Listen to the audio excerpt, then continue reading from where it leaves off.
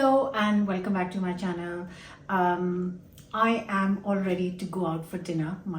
Our friends have invited us for dinner, so two of us are going out, but Asia's got a house full of teenagers coming to the house. So I've got 8 kids coming for dinner, and I thought instead of ordering pizzas or something, burgers, McDonald's, I will make them a quick dinner before I go for my dinner, so that they can have a relatively healthy meal at home, and it'll only take me a few minutes to cook. So I'm going to make like a coriander quick pulao.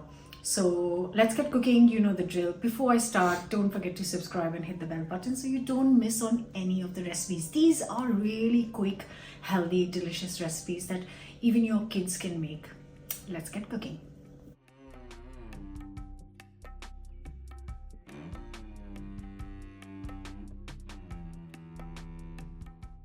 So this recipe starts by boiling and cooking some rice. You can use some leftover rice. I am using just 2 cups of rice, which should be good for 10 people. So you can half it, just cook 1 cup if that's how many you need. And also roughly chop up some onions. You can finely chop them, roughly chop them. Use onions, shallots, or whatever red onion you have. A good 3 to 4 tablespoons, it's for a lot of people, of oil. I'm using sunflower oil, a teaspoon of cumin seeds, and 10 to 15 fresh curry leaves. You can skip the curry leaves, it's just I have some fresh ones at home right now, so I'm making the most of it. And then goes in the 2 chopped up onions. Now they don't need to be cooked to dark brown or anything, they just need to be very lightly brown. So I'll only give it 5 minutes, and I've got good 5 to 6 cloves of garlic that I'm gonna finely roughly chop and add to the onions. Like I said, it doesn't need color at all because it's that kind of dish. It just needs to be softened up nicely and beginning to get some color. Keep giving it a stir in between. And now we chop up some paneer. So I have got here 225 grams ready block of paneer, which I've bought from the shops. And I have said it before that if you can't find paneer, it is super simple to prepare at home, but it's not instant. You have to let it set. So have it prepared a day before. I have got here a tin of chickpeas, and I've just drained them, adding it to the onions along with the chopped up paneer goes in as well. Now you can keep this vegan and just completely skip paneer or add tofu instead.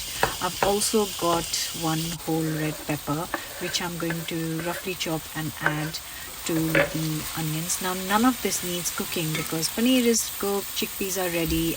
I'm going to add 1 teaspoon of turmeric powder, teaspoon of chili powder, a teaspoon and a half of salt, and a teaspoon of garam masala, and give it all a very good mix. Like I said, just make sure that you keep stirring it. Now, as I've always said, I have coriander chutney in the fridge, coriander mint chutney. There are at least 5 different recipes of coriander chutney on my channel you can search for. It's a great thing to have in the fridge or the freezer. I've added 4 tablespoons of the chutney in the rice along with a handful of fresh coriander. And all I have to do is give it all a good mix. Now I'm doing all of this on high heat because I just want to kind of continue heating it through. And now I'm adding the cooked rice. Like I said, you could use packet rice, you could use leftover rice, but I've specifically made rice for this dish today. And you can easily halve this recipe because this is quite a lot. I totally understand.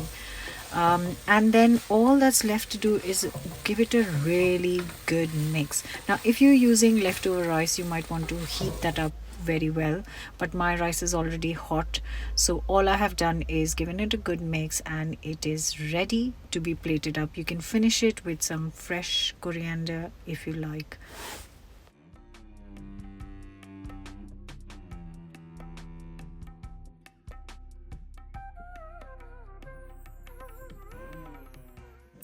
That is plenty for at least 10 people. Whatever is left, they can take it for their lunch tomorrow. I'm just gonna just taste it because I'm going for dinner. I don't want to ruin my appetite.